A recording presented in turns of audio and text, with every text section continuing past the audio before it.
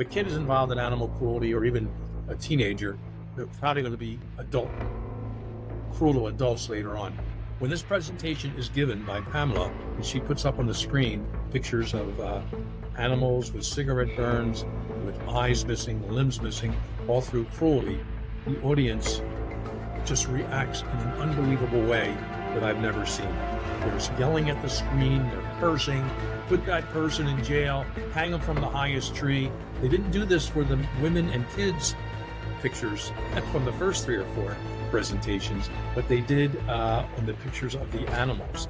And that's fine. Animals, of course, should not be tortured, hurt, killed, anything like that. But hello, everybody, and welcome back to another episode of Cold Red. I'm Ray Carr, and with me always is Fitz. Fitz, how you doing? I'm doing well, Ray. How are you? Outstanding. Well, today's episode, Fitz, we asked our audience to submit some questions that we might be able to read, as this is our season final. And boy, oh boy, the response was overwhelming. So I'm really excited to get to some of these questions. But in the meantime, Fitz, you and I were talking about current events and other subjects that we might want to talk about today. And one of our producers made a suggestion, and I thought it was a pretty good one. He said there's multiple fans of ours that continue to ask what our idea or what we feel about some of these movie and television series that are out there that are representing the FBI. And what do we think about them? Do we think they're good or do we think they're bad? So I'm going to open up to you, Fitz, and without mentioning anything, what do you think just about overall with some of these things? Well, for years, and especially when I first got in the FBI, let me say this is not the end of our podcast. We break it down into seasons. This is a season 3 finale. We're coming back for season 4, folks. We'll be there with new guests, whatever. Just tonight, we decided to just you and me, Ray, having a conversation. So, but it seems like my life with looking at FBI TV shows and movies, either FBI agents were superheroes who never did anything wrong. The old FBI TV series, 60s, early 70s, they never missed. They would fire 2 shots and they'd always hit the guy in the back, whatever. But then there'd be other movies or TV shows where agents are complete assholes. I really like the movie Die Hard, and you can argue whether it's a Christmas movie or not. But the FBI agents portrayed in that are actually called assholes by the LAPD cops, etc. And they were a little bit, over the top and officious. So, it really is somewhere in between. We had Jana Monroe on, I think the end of season 2, who was the first female profiler in the FBI. And she was actually at Quantico when Silence of the Lambs was filmed. And listen to that episode. You want to get the details of that. But I always looking back, I think that movie was relatively well done. It was the only movie ever allowed to be filmed at the FBI Academy. Nothing, as far as I know, movie or TV since then.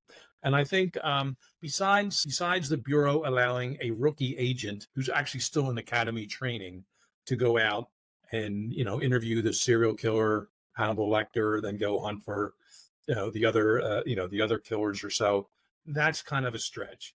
So it's like every TV show or movie is going to have some element of a stretch to it.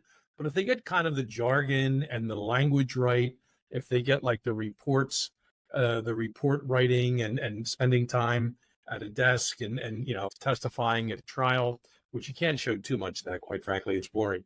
But if they at least refer to that, like the Criminal Minds, I worked on that for 2 seasons as tech advisor, CBS TV Criminal Minds. They were never shown in court, maybe 1 or 2 episodes for like a minute. But, I was testifying a lot. I think we're going to talk about that a little bit later in this episode. So the last thing I'll say here, and I'll turn it over to you, I polled a couple of my buddies today, Bobby Chacon and Maureen O'Connell, who's going to be a guest in a future episode, and others. And they said there's a movie from 2007 called The Kingdom. Now, full disclosure, I'd never seen that movie. But they said as far as overall ethics and protocols and policies and how the agents would react with one another, it's apparently an international, a bombing takes place somewhere in Africa or the Middle East. I'm not sure. But it just says the FBI was portrayed very accurately, certainly the tactical elements of it. So that's kind of a summary for me. I'll let you talk, and I want to come back and talk about a show which I think, while it was a decent show, it had some pretty sloppy FBI, actual FBI elements to it. But so there's a little summary of what I think was um, some of the better FBI related movies out there. I'm kind of with you. A lot of these movies that they put out, you can't lose sight that the movies are for entertainment. So there's always going to be a little bit of flavor just so that people want to keep watching. Because the life of an FBI agent when you're working is not all that exciting all the time. I mean, there are times when it's really, really exciting. But for the most part, you're sitting around. And one of the best TV shows I've ever seen, I know you're going to agree with me, was Barney Miller. I thought that was one of the most accurate shows. But I'm going to tell you, the one movie that continues to stick with me was just before I came in '88. And I'm sitting down watching a movie, and it was a Miami shootout. Yeah. One of our guests was on here who was involved in that Miami shootout. And when I saw that and my wife watched it, she says, "You're not going to be doing that, are you?" And I says, "I have no idea." She goes, "Well, you have your accounting degree. You're going to be doing white collar crime." Well, just goes to show you that I never did a white collar crime case my whole time in the bureau. It was all violent crime. And most of it was bank robberies, And when you think about it, you were in New York. I was in Philly. And I remember transferring in from Buffalo to Philadelphia. And I remember saying, yeah, we're having a hard time with bank robberies in the city. This is just the city of Philadelphia, which is not, it's a good size. But just in the city, we had over 300 robberies just in Center City. That's not going out into Germantown and the Northeast and into the counties. And there were 26 armored car robberies. So we're going to 2 or 3 a day, and we're thinking, and there's people being shot and there's shootouts and things of that nature. So those were some of the most active days that we were engaged in stuff, because in the morning you're hitting things for warrants, and in the afternoon you're going out to bank robberies, and then later in the afternoon at night when the banks close, you're typing up all the reports. Thank God we had a steno pool, because I wasn't that good of a typer to begin with to be able to do some of those things, but it was amazing. Amazing. Jim. Well, yeah, and I was the same way in New York with 450 bank robberies, I think in 89 or 90. Well, back to TV shows, yes, you're right. Ed Morales was the guest in our first season, who was not only a survivor of the 1986 Miami shootout, but he was the one that kind of ended it with some great injuries to himself. But he survived it. He was my class counselor at the FBI Academy in 1987. We were the first class he ever took through. So again, I would suggest to people, listen to that episode from season 1 of Cold Red. Yeah, but you're right. There was NBC. It's a lot different now with TV, but NBC in the late 80s, early 90s did about 4 or 5 different movies of the week, if you will. And some of them were 2-parters. In fact, most of them were. And the byline, or the title was "In the Line of Fire, : and then would talk about the case. And you're right, the movie to which you just referred, In the Line of Fire, the Miami bank robbery shootout or something like that, and in which 2 agents, of course, lost their lives, several injured, including Ed Morales, who was our guest, who has a few books out, including one about that. So that was a very well done series. And that brings us back to, I'd be remiss if I didn't mention Manhunt Unabomber, which was aired on the Discovery Channel in 8 parts in 2017, then went to Netflix. Obviously, that story was about the Unabomber case. I authorized them to use my name.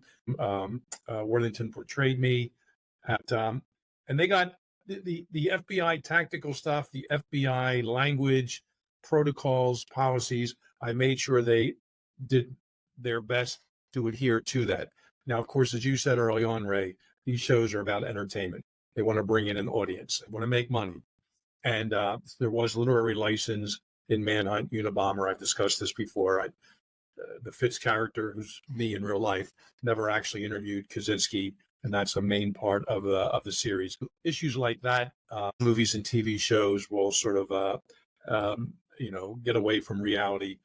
but I still felt that show captured the investigation itself, some of the personalities, some of the priorities, and some of the things we agreed with, some of the things we disagreed with, and on the whole did a good job. Same with Criminal Minds. Again, you have to suspend your belief that there's that many serial killers in the U.S. I think there's, I don't know, 300 episodes, no, maybe 400 episodes of Criminal Minds, and every episode involved a serial killer. And folks, I hate to disappoint you, but there's not that many of them out there, certainly not known, that the FBI is working every week. And in Criminal Minds, the case was always solved in about 44 minutes. And that just doesn't happen either. But still, the behavioral references, sometimes the linguistic references they used, I helped them, along with Jim Clementi, another guest from season one, on Cold Red. We helped them put that together, and we made it as real as we could. It's just that we had no private plane either in the real behavioral analysis unit, unlike they did on the TV show. The other show I worked for, and they were nice people. They paid me for a season. I actually was a co-technical advisor, was a show called Sleepy Hollow. And it was about an FBI agent somehow in New York State running around after a headless horseman that involved aliens and demons. And she was an FBI agent and involved in a small office up there. And there were so many protocols that were violated. She's stealing evidence. She's, lying under oath. I mean, things like that. But it was a fun show for entertainment purposes. But if you're looking for authentic FBI representation, it's not the show Sleepy Hollow. It's long off the air. I think it was on for 2 or 3 seasons. So a fun show. I'm not saying don't watch it, but don't look at that particular show for FBI realism. One show that I used to remember, the X-Files. Yeah. And they would always talk about these crazy things that would happen. And a lot of time it was extraterrestrials, UFOs, and things that were so far out of the realm. Well, as an agent, when that was filming, and it was a pretty successful show, people would always say, do you work some of those paranormal things and UFOs that they do in the X-Files? And I said, we don't do that on my floor. It's on the 13th floor. And they would go, really, on the 13th floor? And I would say, yep, just go to the 13th floor. Well, they would go into the elevator, and they would go, and there's no 13th floor because that was always, it would go 12 to 14. So they said, we couldn't find the 13th floor. I said, exactly, just so you know. But I always found when I looked at some of the old-time movies and some of the old-time shows, like the old-time movie, The FBI Story with James Stewart. Oh, yeah. I thought that was very well done. And they didn't take many liberties, and the surveillance they did, and I remember, because I remember having to do the same thing, Jim. We didn't have cell phones, and most people that may be listening to this probably won't even remember how to use a rotary phone or how to use a payphone. But there was many times when we would be out and we'd get a message, a page, and we'd have to stop at a payphone. And you always had to have change in your car so you can make a call. And you'd make a call or you make a collect call back to the officer, whoever the number was calling you. And that's how we communicated, much like in that movie, like where they were chasing somebody in reference to espionage. And he had a couple different phones. He had a red phone on his desk, which you did, that was a direct line to the director. And you had some of those phones. And those were some of the things. And we used to have phones in the FBI offices, and some of them, we had a phone that was a hello phone. And we would use that phone for certain people to call, So, and anytime you answered any other phone in the office, it was FBI Philadelphia. But when you answered this phone, you would say, hello. And you never, ever mentioned the FBI. And that hopefully you don't forget to answer it the wrong way. Usually there's a big card, 8.5 by 11, card, hello phone. So you'd be reminded not to say anything else.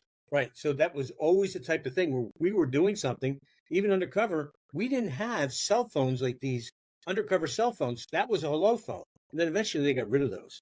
But those were some of the things. And then you look, and I used to watch this as a kid, and it was the FBI show with Ephraim Zimbalist Jr. And it was one of my favorite shows, and it was about the FBI, and it came in parts. Part 1, and the next after the commercial, part two. And it kind of broke you through. And what you were really doing is you were looking at the climax of an investigation, because most investigations in the FBI last months, if not years. And that last piece, that last day when it comes together, where you make an arrest or you're putting some things together, that's when all that stuff comes together. But that's when the fun is. But all that other stuff is needed in order to put your case together. So people think this is great, just like you were saying. Hey, in Criminal Minds, in 44 minutes, we have this case from soup to nuts done. I wish it was that easy, but nothing's ever solved in a what they call a TV hour. You know. No. I guess, was it Special Agent Erskine? Erskine was his name, right? Yep. The FBI TV show. And yeah, you never see him or rarely see him at a typewriter or even testifying in court. And speaking of that show, as well as the FBI story with Jimmy Stewart, I know J. Edgar Hoover, then the director of the FBI, the 50-year-long director and really the founder of the FBI, he was very much involved in that show, and he had to give his imprimatur to every show that came out. And I don't think he would approve of some of the ones. There was an FBI show that came out about 10 years ago. I think it was FBI in New York. I remember I said, oh, this may be pretty cool. Yeah. I'd finished up doing work on Criminal Minds, and let's check this show out, see what it's about. And the very first scene is I think it's maybe an actual aerial shot of the FBI Academy, but the interiors you see after that, nothing like that. And you have the very strict, the executive director of the whole academy up on stage, and he's welcoming the new agents just there for the very first day in this auditorium. And all of a sudden, you see outside like this sports car pull up, a convertible, a guy with long hair, jeans, and like a ripped T-shirt, just kind of come into the academy, sit down in the back seat, and the executive director just kind of looks for a second, and then just continues what he's saying. And this was supposed to be a brand new agent who got there late, and he was so cool that they kind of allowed him in with sunglasses. I said, this guy would have been escorted right out the door.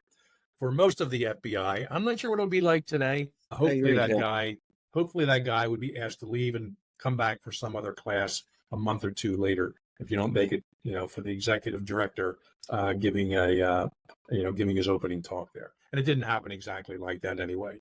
And then they go through the whole thing. And I think with the whole show, there was a spy among them or a terrorist or something like that. Although I never wound up watching the show. I mean, it got some numbers, it got ratings, but it didn't do anything for me. Before we leave this topic, I do remember I really enjoyed The Sopranos.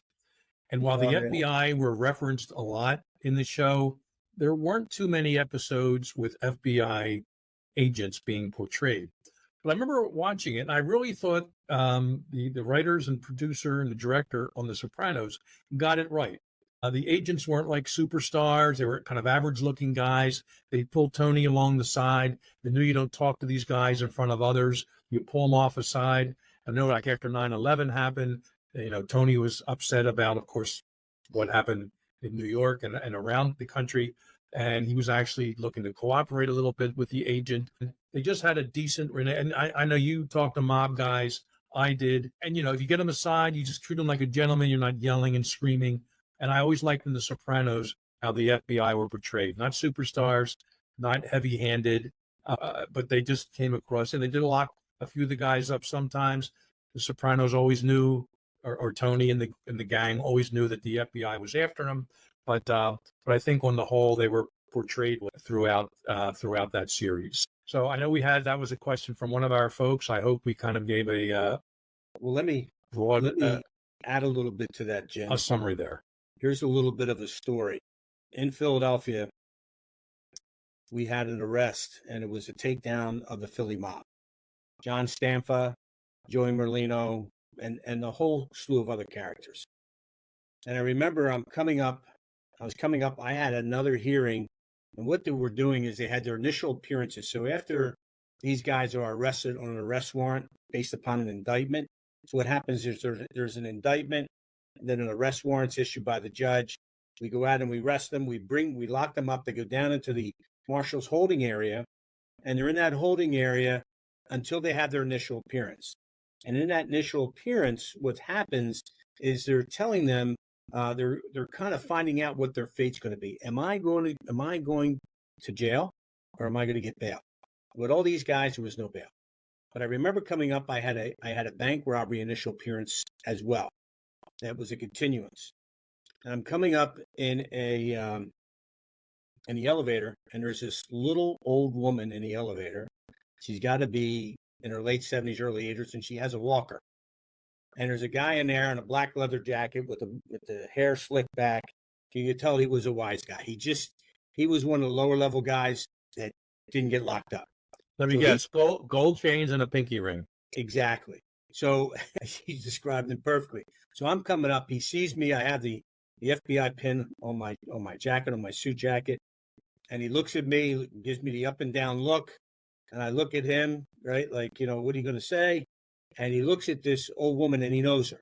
And I forget her name, Mrs. Giacchetti or something. He says, Mrs. Giacchetti, I thought you were going to get a new motorized wheel thing to be able to get you around. And she goes, oh, and I forget what she called him, Jimmy. She says, Jimmy, I couldn't afford it. And he says, don't worry, I'll steal you one. And he looks right at me, right? So I just start laughing. And then he start laughing. But it was a game, but he had the respect. But he said, let me see if I can get a rise out of this guy, which he didn't. And I just went in there and I said, hey, good luck to you with that, trying to steal that thing, as we get off the elevator. And he laughed again. But that's the kind of relationship these guys had with everybody. And don't forget, one of our top guests we had, and I think that was also in season 2, Jim, was Joe Pistone. Oh, yeah. And Joe Pistone, they made a movie about Joe. He was undercover, and he was actually Donnie Brasco in that movie. So, and he talked a lot about that. So, and there was 2 episodes with Joe. So, by all means, definitely listen to that one. A lot of information in reference to that. It really was a good thing. But there's so many movies out there. I mean, Jim, I wouldn't know where to go with it. But anyways, why don't we move into some of these questions? You okay with that? Or you want to But before we do that, let's talk about something kind of topical. Okay. And we try to avoid sort of partisan politics on our podcast, and we're not going to go there tonight. But I'm an assistant professor at Pennsylvania Western University. You are assistant professor, I believe, at Wilmington University. Correct. I went to the graduation about a month ago. Our campus is out by Pittsburgh. And you went to yours, I think, this weekend, right? It was actually yesterday there were 3 ceremonies, and today there was 1. It's probably just ending now. Any protest? No, but they were prepared. The Wilmington PD, and they had a security outfit plus the state constables that work at the university. They were well prepared. There was nothing outside. There was no protest, nothing of that nature. They were also concerned about something happening inside, but everybody was well behaved and everything went off like clockwork. It was very, very well done. And all the graduates, congratulations to them. They had just a beautiful day yesterday and another beautiful day today. But no banners and no signs on the hats, which again, First Amendment, I'm a believer in that. They have a right to do. Also at Penn West a month ago, nothing at all like that. No problems, no hassle. And it looks like some of the better state schools and maybe some of the schools that charge less than $50,000 a year in tuition somehow managed to be problem-free during these bizarre protests over the last 2 to 3 months in the U.S. And it's been shocking to watch some of the universities in New York and California, and I can't imagine being a student there. I can't imagine being a professor there. I can even less imagine being now a parent, which we both are, and having my kids at one of those schools who are there to get an education, there to learn, and have to go through some of this stuff. But yeah, it's a complicated issue, and I want to bring up one anecdote, and I want to. It starts with, I listen to a number of podcasts, but one of them is Jordan Peterson's, and he had a guest on named Mossab Hassan Youssef about a month ago, And this guy grew up in the Middle East. He grew up in the area known as Palestine. His father was one of the founders of Hamas, and he was an early member of Hamas. Went to prison in Israel, whatever. Now he is reformed. He doesn't approve of Hamas, what they're doing. He thinks American people don't understand what's happening. And it's interesting in his discussion, about 2 hour discussion with Jordan, right in the middle, all the atrocities committed on October 7th against women, against obviously men, soldiers, children, horrendous things. Everyone's heard them. I'm not going to repeat them here. But what he just mentions almost in the middle of this interview, almost a throwaway statement, is that, oh, yeah, when Hamas came in, they were killing and torturing the pets and the animals, too. And then the conversation just continued. And I'll never forget, I gave a presentation in New York City with a friend of mine. Her name is Pamela Frost. She's an attorney, and she was involved then in the Animal Legal Defense Fund. And she would go around and help prosecutors prosecute people who were hurting animals. And I was at this presentation. We were on a stage giving like different presentations, and there's like 50 to 80 people in New York City in the audience, and they're listening to us. It's all going to tie in, by the way, if you're out there listening or watching, to what I was saying earlier about this interview on Jordan Peterson. But we were about 5 different presenters, and they were talking about women being abused, domestic violence, stalkers. I did something on stalking, and there's pictures of women with black eyes with their teeth knocked out, and the crowd is just sitting back. It was probably before cell phones, but they're reading newspapers or looking at their wristwatch. Some are getting up, going to the bathroom, coming back. And the very last speaker was this Pamela Frost. She did a very good presentation about animal cruelty. And I was there because animal cruelty, of course, as you know, can be one of the precursors. If a kid is involved in animal cruelty, or even a teenager, they're probably going to be cruel to adults later on. When this presentation is given by Pamela, and she puts up on the screen pictures of animals with cigarette burns, with eyes missing, limbs missing, all through cruelty, the audience just reacts in an unbelievable way that I've never seen. There's yelling at the screen, they're cursing, put that person in jail, hang them from the highest tree. They didn't do this for the women and kids pictures from the first 3 or 4 presentations, but they did on the pictures of the animals. And that's fine. Animals, of course, should not be tortured, hurt, killed, anything like that. But the juxtaposition of this crowd of about 80 people, almost in unison, yelling at the screen over these tortured animals, but they were almost just sitting silent when the people's pictures were up there. So where I'm trying to wrap this around here, Ray, is that I think of a lot of these students out there protesting who may not really know the geopolitics of that area, or the thousands of years of history, not to mention the last 100 years of history of Palestine, Israel, etc. If they just found out that on October 7th, a bunch of pets were tortured and killed, according to this guy, Mossab Hussein Youssef, they may have a whole different feeling about these protests they're engaging. If no one else gets that out there, we'll put it out on Cold Red here, and just so you know, and don't have to take my word. You can listen to that interview on Jordan Peterson's podcast, but there were animals tortured on October 7th. And if that doesn't get people upset about what happened, well, I'm not sure what else will, because we know enough about what happened to the adults, the women, and the children, the 1,200 or so who were slaughtered that day. And there are still multiple hostages, including 5 American hostages. And we should also keep them in mind and do everything we can to get all the hostages back, certainly including the Americans. And I'll just leave it with something my father told me decades ago about the Middle East when something happened. He said, Jimmy, that problem's been going on thousands of years, and it won't be solved in my time, probably not in your time. And that was probably in the 60s he told me that, and those words hold true today. But I hope some kind of detente or some kind of common sense can take over, and the people in the U.S. at least realize. And all I'll say is there's 2 sides to every story. I'm not going to pick a side here, but there are 2 sides to every story, and the hostages should be released. And it would be nice if all sides laid down their weapons and their arms. And I'll leave it at that. You know, Jim, you said that Americans just don't understand. I don't know if it's that easy. I think it's more that they're misinformed. Absolutely. I just don't think that they Including from know. some of our fellow professors. Correct. And I just don't believe that they have all the information to make a sound decision. And I would hope that the people that are in our colleges, and even if you're not in college, if you're out there working in the real world, make sure you're making a decision based upon what you see. Don't believe everything you read. Don't believe everything you hear. And I'll leave it with this, Jim. There is so much hate in this world today that it is just, you don't know if it's ever going to get better. But I can tell you what, there's the opposite of hate is love.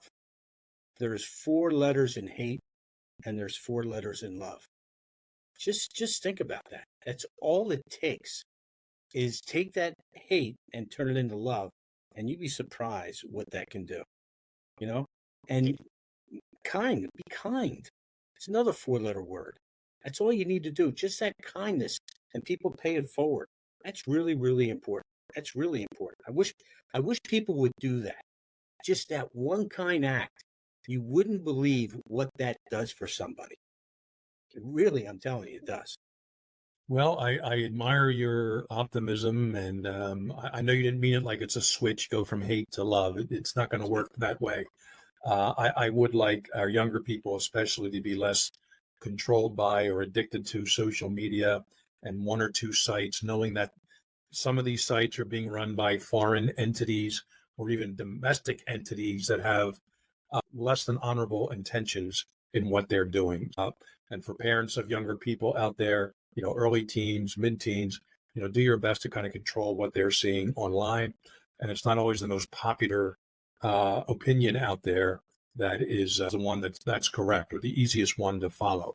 And I admire some people standing up and saying, no, that's wrong, even at being canceled or threatened or whatever on for various opinions they come out with. That the mainstream media and at least some politicians and some worldwide alleged leaders are also proselytizing. So let's hope we can skip the next few months. We have a big election coming up. We don't have to get into that, but let's just hope some things are altered before long in Some that things get regard. better. Our country needs it. There is a show that I watched, and I think you watched it too because we talked about it off air, and it was called American Nightmare. You familiar with that? And I am, Ray. It's a nice segue, by the way. Yeah, but for our audience, that if you may not be aware of it, let me give you the Cliff Notes version, which will take about 2 minutes to talk about this. Go ahead, Jim. Now, what do they call it? This is an alert. I'm drawing a blank. So we're going to give away some things here if you haven't seen it. And maybe you can scroll 5 minutes ahead or something if you want to do that. So I'm drawing a blank on the term. But an alert that we're going to give some stuff away. Yeah, I think it's not really a secret. I mean, the case, No. Even the summary of the case. So go ahead, give the summary of what you're aware. It's a case that came out as a home invasion kidnapping in 2015. And there were 2 individuals that were in this, supposedly involved in this. And one of the individuals was a young girl named Diane Huskins. Yes. And Denise Huskins. Denise Huskins. And then her boyfriend was Aaron Quinn. Aaron Quinn. And the offender in this was a guy by the name of Matthew Mueller. But what happens is, and it bothered me because of my background. What happened was they're both sleeping in their home. This individual comes in. You got to say something. This is their first date. This couple. Was it their first date? Or like very, very early in their relationship. They may have been friends, but like maybe the first night staying over. Continue. Right.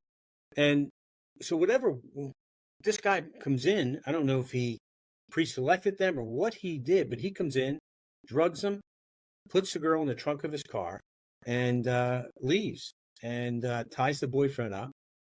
The boyfriend gets untied, calls the police, tells the police, "Hey, my girlfriend has been abducted, And the police right away, rightfully so, because anytime something happens with a husband, wife, a life partner, you always look inside before you go anywhere else. So I get that.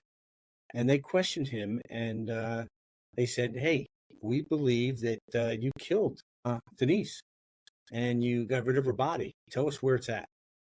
And they went about this. And then 3 days later, she shows up 400 miles away in a little bit of Southern California at her parents' place, where she's just dropped off.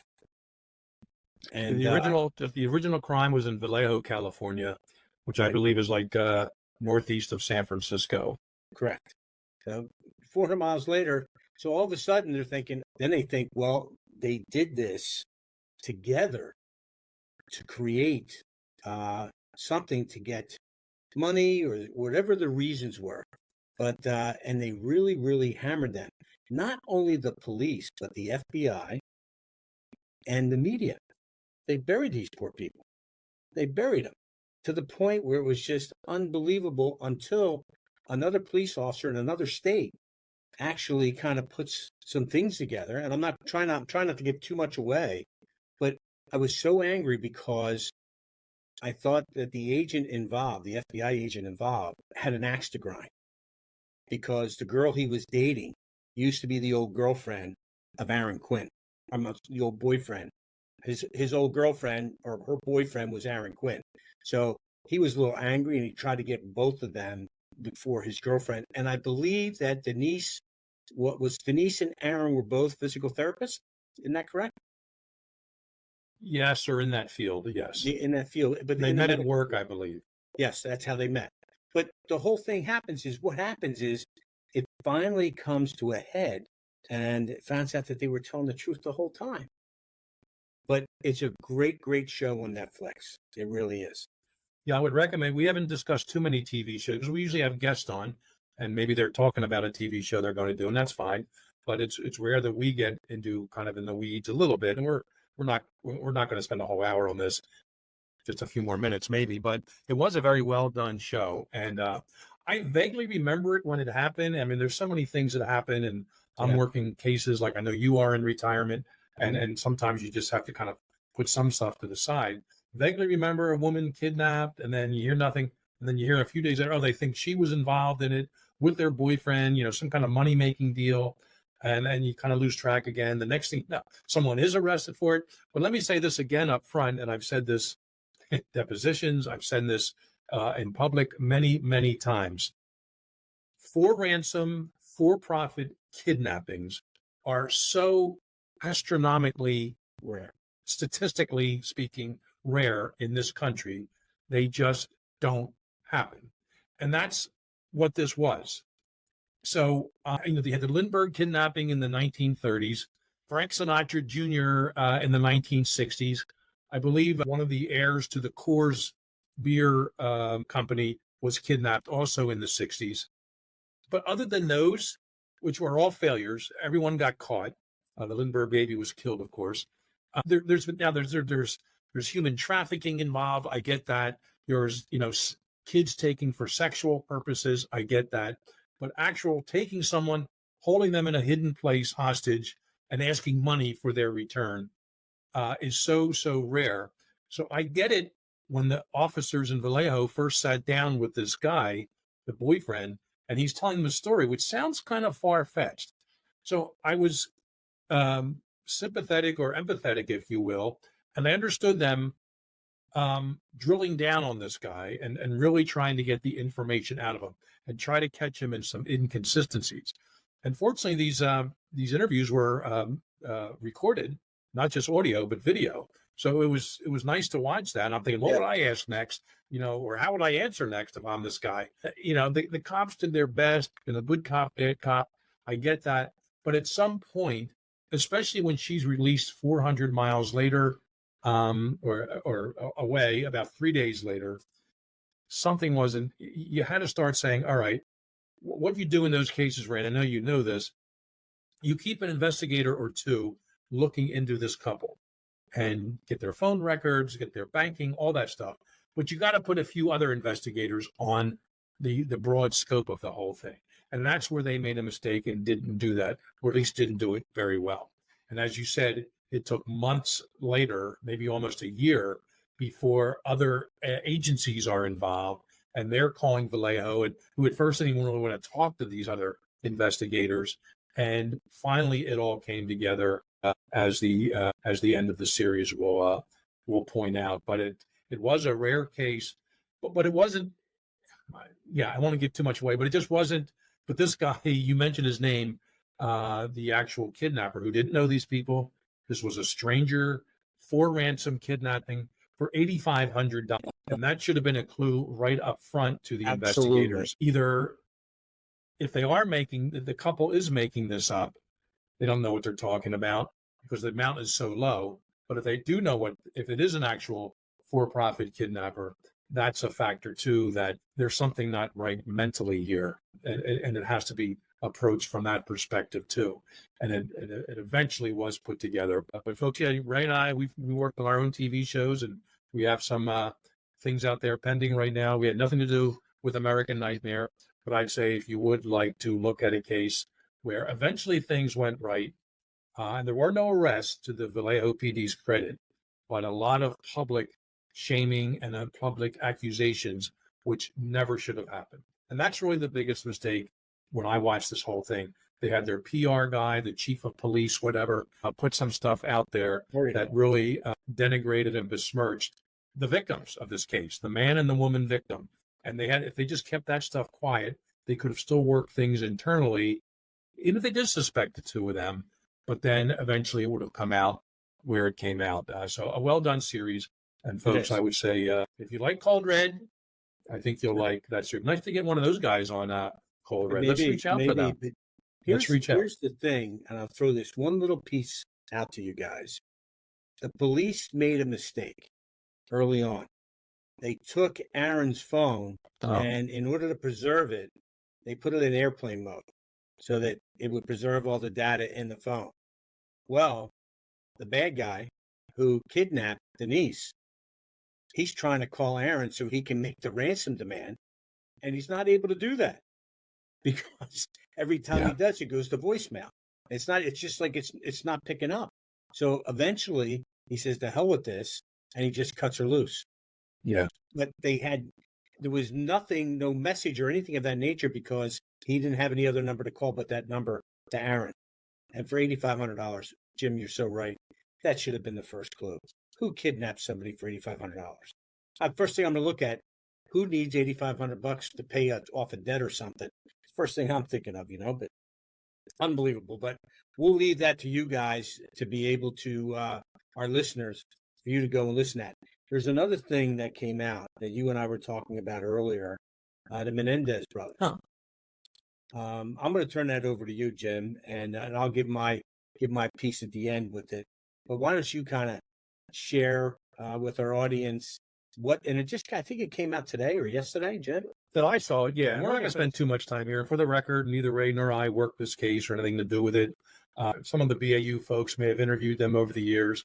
But yeah, the headline was Fox News. Lyle Menendez, who shotgunned parents to death with brother, plans for life after prison amid new appeal. So a lot of people are now in prison because they were younger when they were sentenced. They're looking to get these life sentences without parole overturned so they can get out. So yeah, he's apparently the model prisoner, Lyle Joseph Menendez, who now goes by his middle name, Lyle, and his brother Eric, both in their parents' Beverly Hills home in 1989 with shotguns and used I think a whole box of shotgun rounds to kill both their parents. Years later, for their defense, they claimed their father sexually abused them. Now, Ray, you and I have had two guests on Cold Red who were abused by people, and they wound up killing them and going to prison for a number of years. And it was two brothers. I think we interviewed the one brother, and then the young woman in L.A. Who killed a guy who basically was raping her since she was 12 years of age. But they both went to prison for that. So, there are mitigating circumstances at times. But I think this whole thing with the father sexually abusing them, that whole defense came out later. the point is, I just, this is a very well-known case. It's almost, I'm not sure if they literally did this, but when they were finally convicted in court and sentenced, at least a joke at the time was, if it didn't happen, indirectly, was that they were pleading to the court because they're orphans and that he should be getting a lower sentence. Well, of course, they're only orphans because they're the ones that shotgunned their parents to death. So it doesn't quite work that way. So, so we'll just see where this whole thing goes. But what's interesting is one of the brothers, I think it was this Lyle who used to be Joseph, that's just Lyle's middle name, he actually called into CrimeCon. And there was a live phone call to the audience in CrimeCon who was listening to this parent killer talk on the phone. And they even said during the conversation, a recorded voice came in, a woman's voice, just so you know, everything you say will be recorded by the California prison system. But then the conversation continued, what was ever happening. Just a bizarre set of circumstances. And when prisoners can call into something like CrimeCon and state their case, again, First Amendment, I get that. I'm supportive of that. Ray, you and I have to talk if we'd actually want one of them on as our guest. I guess it could be interesting, but they don't deny they pulled the trigger. Actually, Yeah. 2 triggers. No ands, if, or buts, only because allegedly it came out later that the father sexually abused them. Why they had to kill their mother, I'm not sure there either. So we'll talk about that in maybe subsequent episodes if one or both of these brothers does, in fact, ever get out of prison and escapes their life sentence without parole. They're well into their, I think, 50s now. They were getting all kinds of marriage proposals back in the day. A couple good-looking guys, from what I remember. And you have to. There's a psychological term for that. I'm drawing a blank. But women who fall in love with men in prison. I guess the psychologists in recent years have actually come up with a name like that. And Ted Kaczynski had a woman who wanted to marry him. Mm-hmm. He never was successful when he was living out in Montana or anywhere else.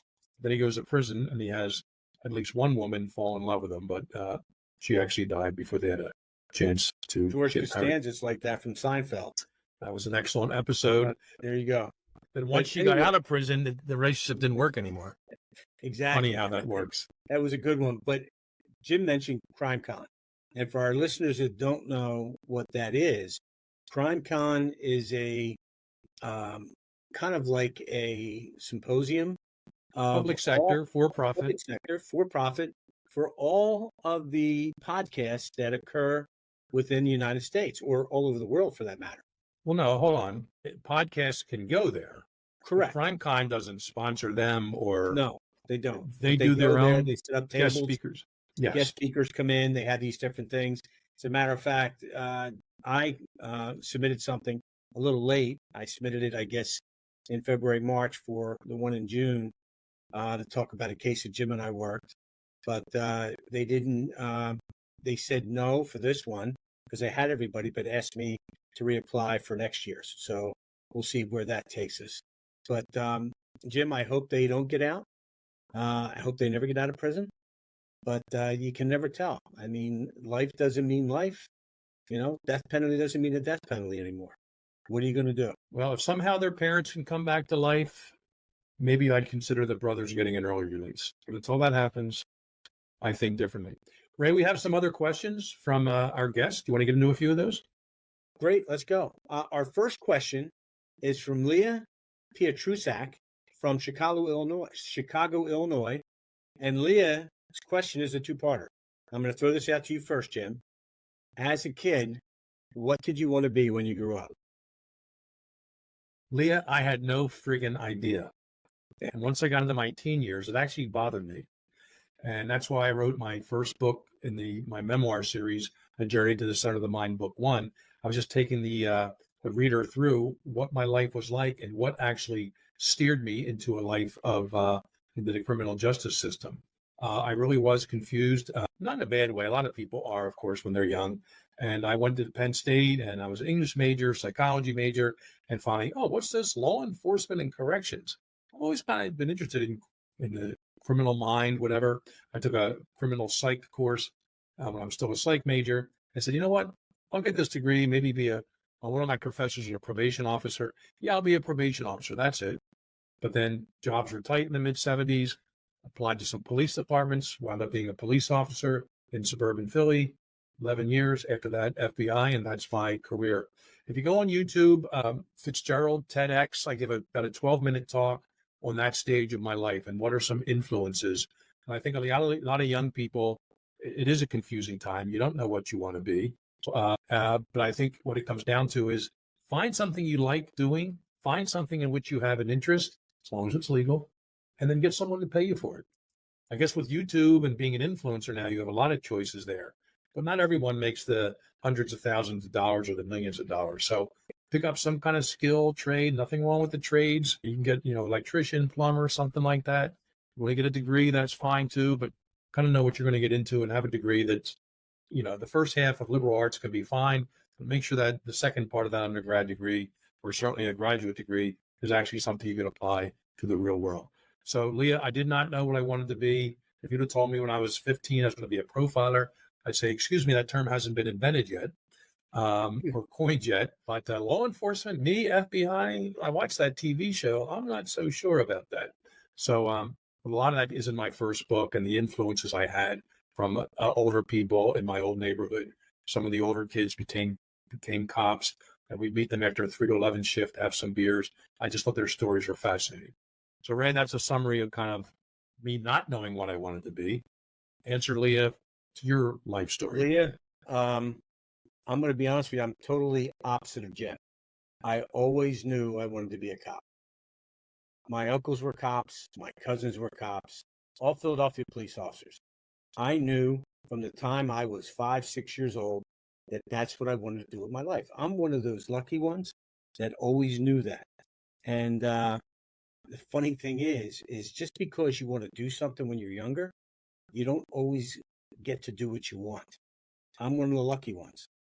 I started out like Jim. I went through college, and I started out working at a juvenile correctional facility. It was an open facility where there were no locks or bars. It's a place called Glen Mills, where I worked with kids that were delinquents, kids that were adjudicated to this facility by the courts. And it gave me a real appreciation, and it taught me a whole lot that helped prepare me for my bureau career, and taught me about relationships and how important they are. And everybody knows how important relationships are, especially when you're in law enforcement. So that's what it is. I knew what I wanted to do. I'm still doing it.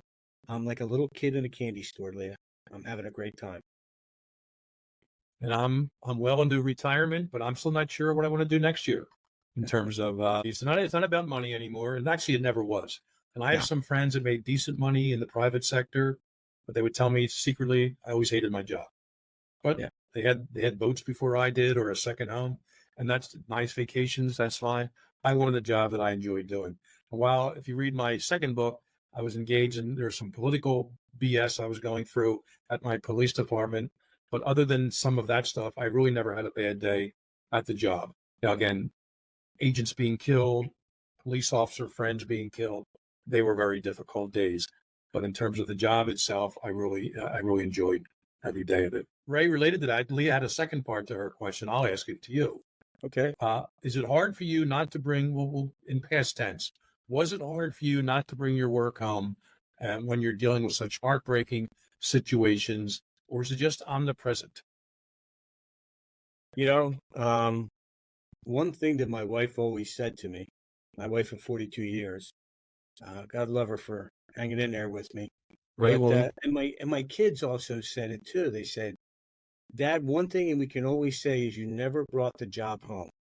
And when I walked in through the front door, everything stayed out and I was Dad. And I never talked about anything. I never got into anything. I never talked about my job with my kids. They knew I was an FBI agent. And when you look or talk to people outside of your home and you're an FBI agent, people think that's really cool. At least it used to be really cool. I don't know what it's like today, but people thought that was really neat. And my kids didn't think it was a big deal at all. But their friends thought that was the greatest thing that what I did, because they only saw, make you think about it. They used to tell me when I first came on my job, they said, when you go out in the field, you're like a professional athlete. There's only so many professional athletes. Well, there's only so many agents, and people do not get a chance to meet professional athletes, and they don't get a chance to meet FBI agents. So when they meet one, it's kind of like it's kind of special. And I always felt that whenever I told somebody what I did, I always got that kind of look that there was almost an ear of respect from that person, which was always good. And but yeah, I never brought anything home. I always kept it separate. I was able to do that, so I'm very lucky in that. Same with me. From my earliest days as a police officer, I saw some horrible stuff. Even car accidents, things like that. They were very disturbing. And, I would not come home and tell my family, certainly not my kids, of that type of stuff. Would I tell them funny stories? Would I tell them stories of like life learning experiences? This teenager did this, and he didn't realize that, he was on video or someone saw him, whatever it was. And I try to paint life stories that way that they would benefit from it. But no gory stuff, no bad stuff. It was funny for my police job. I was literally about a half mile from the police station. I rode my bike and walked for like half my career. I just put a plain jacket on, or I was in plain clothes at the time. And there was a traffic signal, and I always said to myself, it wasn't always real easy to do, but once I hit that halfway point, I stopped thinking of work coming home, that is, and start thinking of family stuff. Going into work, when I hit the stop sign, I would traffic signal. It was a stop sign, became a red light. Then I would start thinking of work stuff, how I prepare myself for the workday. Years later, I'm still living in that area of Bensalem, Pennsylvania, every day commuting to New York City and back. There was a halfway spot. I think it was exit 8A of the New Jersey Turnpike. That's when I used that sign to leave New York and all the people behind me, the bank robbers, the mob guys, everyone I was dealing with, and start thinking of family stuff. And I would share humorous stories with my kids. I wanted them to know that, their dad was human, and I arrested this guy today, but nothing negative or nasty. The only part I'll add to that is, and I think, Ray, this worked for you too. As a young police officer, I had a lot of good friends who were cops, both in my own PD and others, but cops weren't my only friends. And I look back at my career and I think the police officers and even FBI agents, the ones that got in trouble, the ones that got jammed up, were the ones that only had police officer law enforcement friends. They were in that bubble, and they somehow don't get the mindset of there's another world out there, and it's us versus them. So even in roll call, when I became sergeant, I would try to say stuff like "be safe out there" and whatever, and look for this stolen car, whatever. But wait for backup to do this, especially to the younger guys. But I just throw out too. I hope you all have friends from high school, your old neighborhood, college, or your former job, and that always worked for me too. And I also didn't bore them or try to gross them out with some things that I would have seen. I think that kept me pretty well balanced all these years. I'm still friendly with a bunch of guys I grew up with, my old neighborhood, high school, and we still play cards. And none of them, actually, one guy was a postal inspector, another guy was a firefighter in Philly. But other than that, just and I certainly have good FBI friends. And Ray, you're one of the top friends from the FBI. But there's people other parts of my life too that I think helps keep you balanced. So, you want to read Sam's question from Toronto, Yeah, Ray? our next question is from Sam in Toronto. And Sam asks, have you ever been called upon to be an expert witness? And if so, could you break down what it was like? The answer to that question is, for me, yes, about a dozen times. My very first time was in a court in West Virginia. I actually wrote about this in my fourth book, which will come out at some point. The FBI has it tied up right now doing their editing. But there was a serial rapist in which they could match him to like 8 of his victims through DNA. This is the late 90s, kind of the early days of forensic DNA, but they matched up about 8 of the cases, but there were 2 they couldn't. And these 2 detectives came to me from a rural West Virginia town, and they came to Quantico and presented the case. And well, nothing is funny about this at all, but I'll try not to be graphic here. But the two victims where there was no DNA found, identified this guy, and they also described what he did to them. And basically, my first ever expert testimony was about the fact that a rapist, a serial rapist, couldn't maintain his, we'll say, his manhood and complete the rape. So instead, he used sticks, flashlights, foreign object insertion, as we say. And that is what linked that guy to the other 8 rapes, because he also did some of that with those other victims too. So my very first time ever testifying was in a preliminary hearing as an expert. And what this goal was to put all these cases together, to, instead of having each individual trials, which defense attorneys wanted, they got all these cases to be run concurrently in one trial. And basically, I'm sitting in front of this guy telling the court and about 50 people in the courtroom that he couldn't get it up, and that's how I'm linking him with these other crimes. So it was kind of an odd first time testimony. And that was the only time I've ever testified. It's called linkage analysis. Profilers don't testify in court. You can't testify that to the profile of an unknown offender and then go in court. Oh, yeah, see, it matched. It wouldn't work. The investigators can use that profile, identify someone, and then collect the forensic evidence, DNA, fingerprints, whatever it may be, and that testimony be permitted. After that, as our audience knows, I'm also a forensic linguist. After that, my next dozen or so expert testimonies in both state court, federal court, criminal and civil court had to do with language analysis. And the first one was actually, I probably would have been a lot more nervous if I knew it. It was a stalking case in Newark, New Jersey, Roy Van Wyck. And it's a well-known case in the legal journals now. And I was authorized to testify to the language similarities between these stalking letters he wrote and his known writings. And I detail this in my book, which will be out eventually, 2025. And that was the first time ever. And some court precedence was established. And if I knew all this was on the line, I may have been a bit more nervous. But Ray, as you know, it's like being a fact witness. A civilian can be a fact witness. Certainly a law enforcement officer can be a fact witness. Yes, I was on surveillance. The blue car pulled up. The individual got out from the driver's seat, Joe Smith. He went into the bank, robbed it. I saw him come out, take the mask off. That's a fact witness. A fact witness is not allowed to give opinions on the stand, not render opinions. And the opposing author, the opposing attorney will object to that. Oh, it's opinion, Your Honor, and you can't do that. An expert witness is not only allowed to give opinions, but they're expected to render their opinions. And sometimes it'll just be, so the opinion will be rendered if you're working for the prosecution, and then the defense attorney will then challenge that opinion. Sometimes they'll bring in their own expert, and it won't be the same time, of course, but when the defense presents its case, they bring their own expert to try to question or challenge or circumvent whatever was testified to before.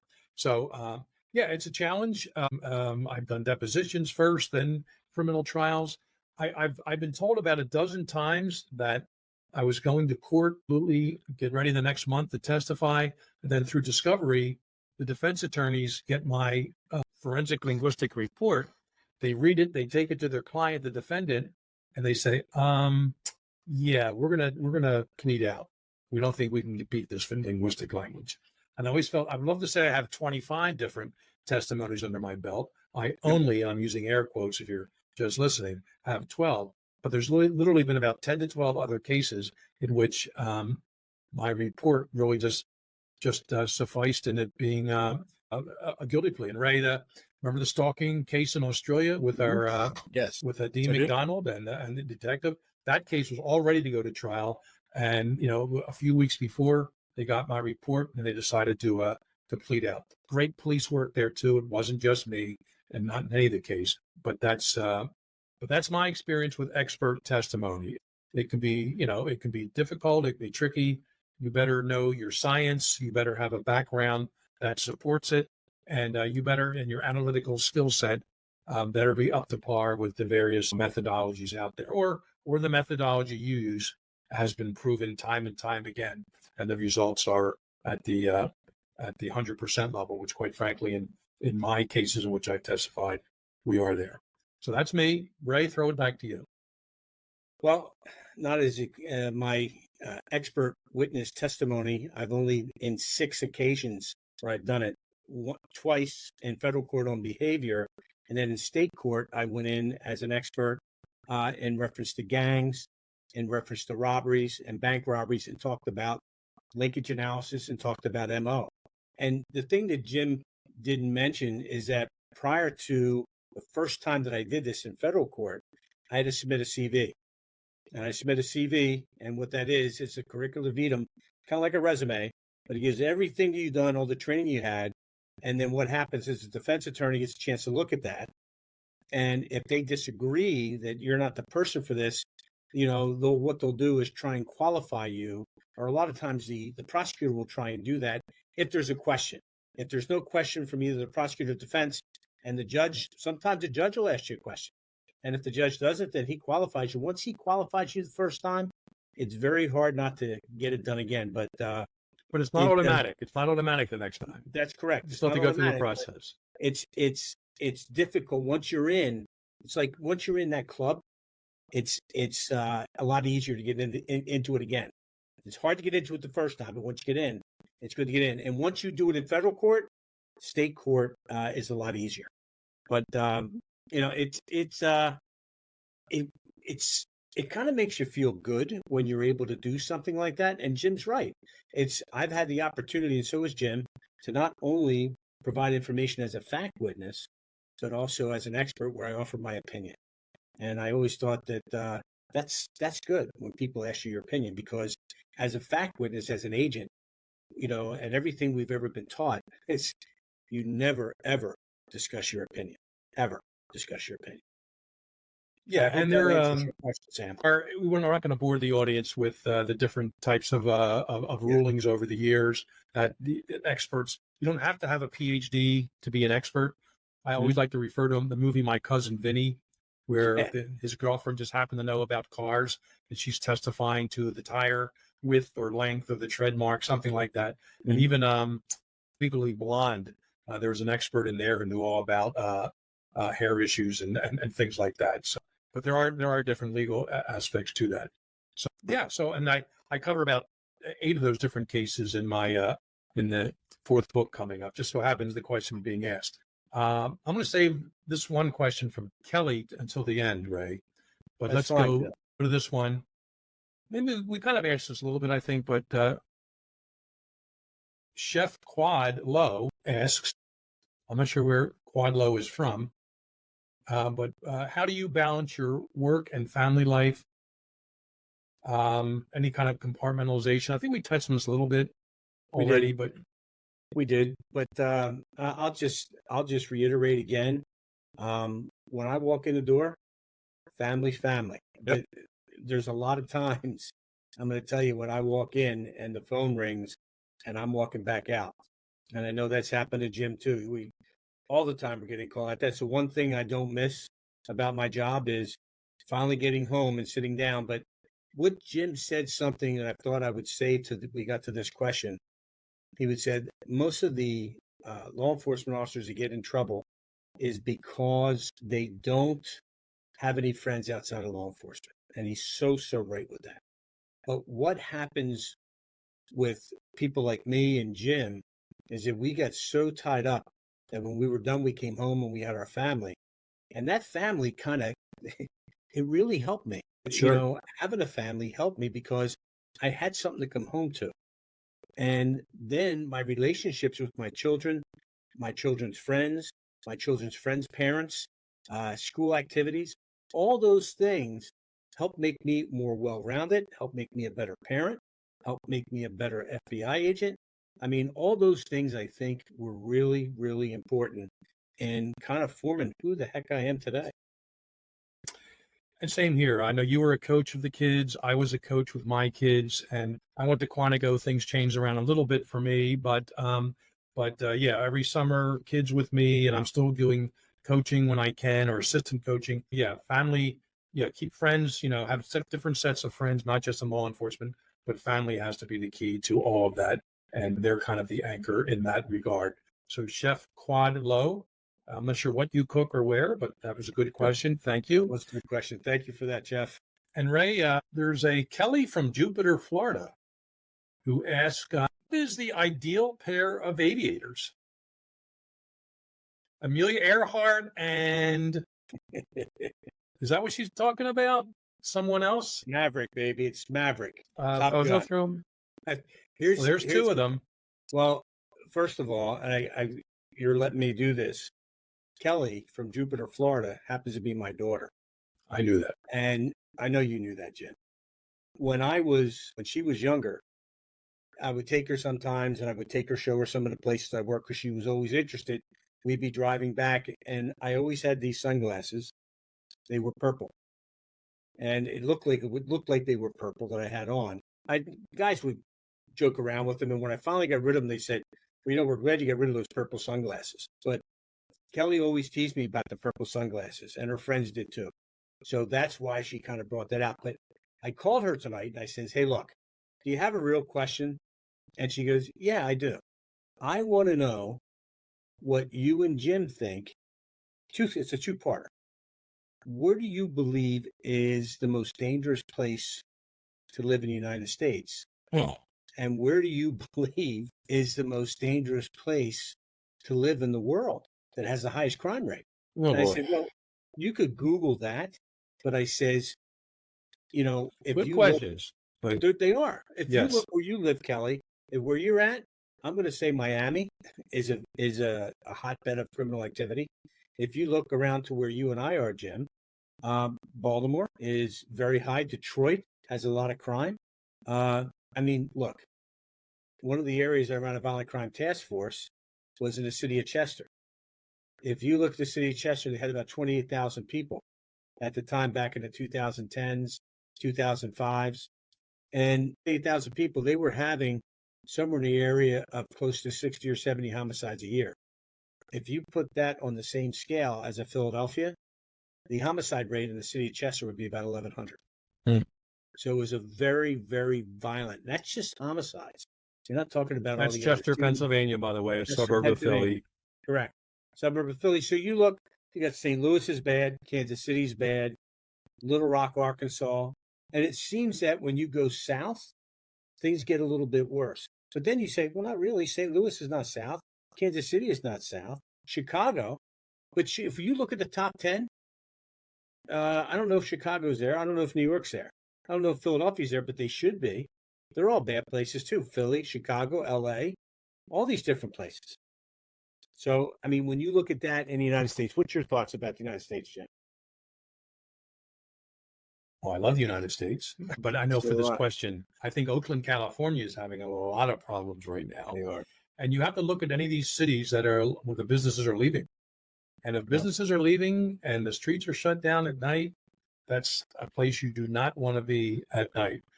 Yeah, I think we could spend a lot of time on this, and it is a very good question that Kelly asked. But I think anyone, especially any parent out there looking at sending their kids to universities, by law, universities now have to provide, crime statistic from one campus, off campus, surrounding areas. And to me, I would pass on a top 25 school, maybe for a number of reasons nowadays, but get my kid in a school that's safe. They may have to get a job someday in some big city and have no choice of living amongst, some criminal elements. But boy, let their 4 years in college be sort of in a bucolic, semi-rural, or certainly suburban area.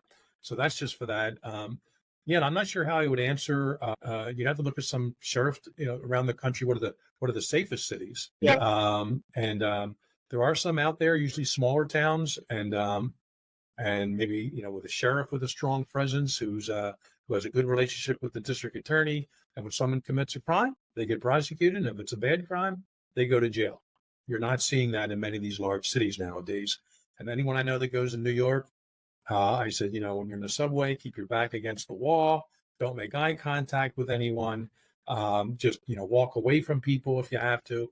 If you're a woman, if you're a guy, quite frankly, try not to go out after dark, travel in numbers, groups of people, and don't fight over property. It's not worth it. Your property is worth a lot less than your life.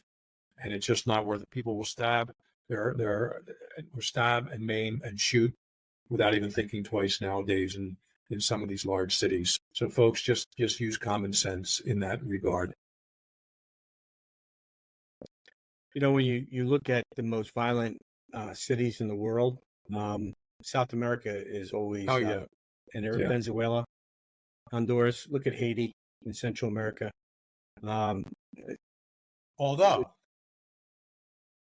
El Salvador has a new president. Yeah. And he took like his military and called them the untouchables, if you know the old TV show and the movie, and said, I want to build a new prison. I'm going to get all these badasses in this prison. And I think like in a matter of a week, they have like 50,000 of these gang members in a prison. And the crime rate has plummeted. The violent homicide rate has plummeted. And places like San Salvador and El Salvador, the city, the country are so safe now. And it makes Chicago and parts of LA, certainly New York, Philly, look like the war zones they truly are. So you put these guys in prison, guess what? Crime goes down. So if you're going to travel somewhere, move somewhere, consider taking a job or going to school somewhere, you may want to consider all of those factors. And worldwide, it's look for the State Department to hopefully give objective and honest responses when asked about where is it safe to go and where is it not safe to go. It's very interesting looking at the country of Haiti right now, which is an island which it shares with the Dominican Republic. Dominican Republic is fine. They have zero issues there. Haiti is a war zone, and we're not going to spend time getting into all of this, but there are geopolitical reasons, what have you. But it's interesting, on one island, one side really keeps themselves pretty clean and safe, and they've they built a wall, or at least they have troops along their borders, and you ain't coming in without the authority. And we don't have that in this country anymore. We haven't for about 3.5 years, which I think also does cause some problems. Jim, I'll tell you one thing about Haiti. When I was on the negotiation team, I was on the SIM team, where sometimes I went to India once, and I went to Haiti. And we landed in Port-au-Prince. You're not allowed to bring a weapon when you go to another country as an agent, but they usually send someone with you. And I remember getting off, and we had to take a 2-hour ride up into the mountains. There was an American that was Haitian that was born in Miami, that went back to Haiti, that was taken hostage by a group of guerrillas, and we were going to help negotiate. And I remember the one thing I'll tell you. Right. Guerrillas, GEGUERR. Guerrillas. Yeah, There was terrorists. Let's say terrorists. But at that time, they were called guerrillas. I know. But that's like a political term, not correct, relating to the biological. Correct. Yes. My point here with this is, when we laid in Port-au-Prince, he said, take your stuff, keep your windows up. I'm sitting in the back seat. Keep your windows up. Don't look at anybody, and just pay attention as we get out of town. And he started hitting people in the streets as they were trying to stop the van. People would bang off of the van just because. And I said, hey, what are you doing? He says, you can't stop. If you stop, they'll rob you. So he says, you just got to keep moving.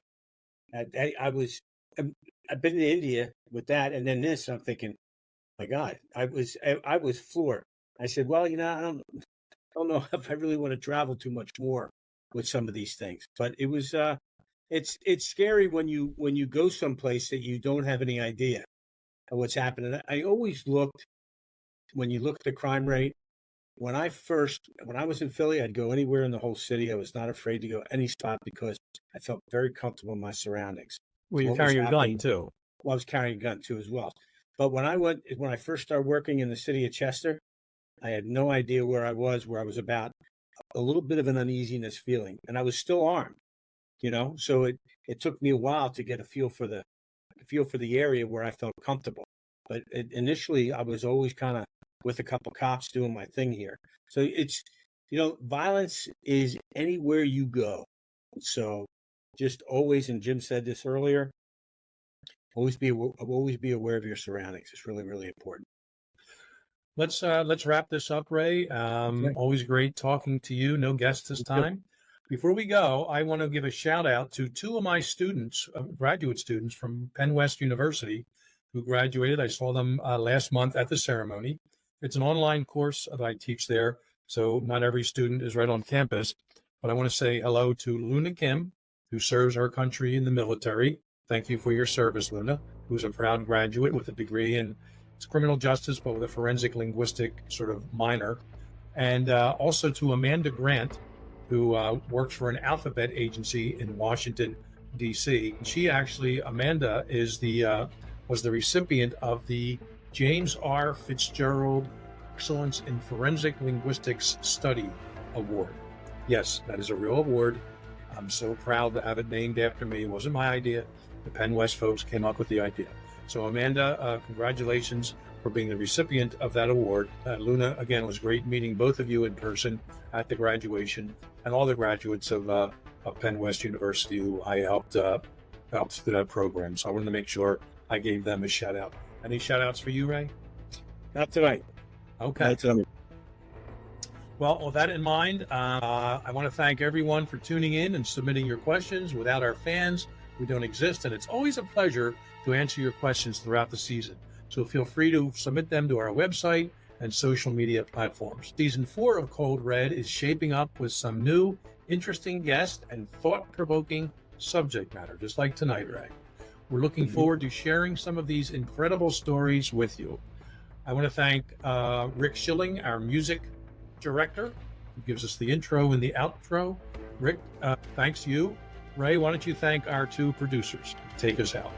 I want to thank Matt Robinson, who's always in the background. You never see or hear him. And we want to also thank Matt McLaughlin for getting us all set up for our season 4. And make sure that you subscribe to Cold Red Podcast and follow us on all Cold Red Podcast social media platforms and coldredpodcast.com. We'll see you next season with a great lineup and some amazing guests.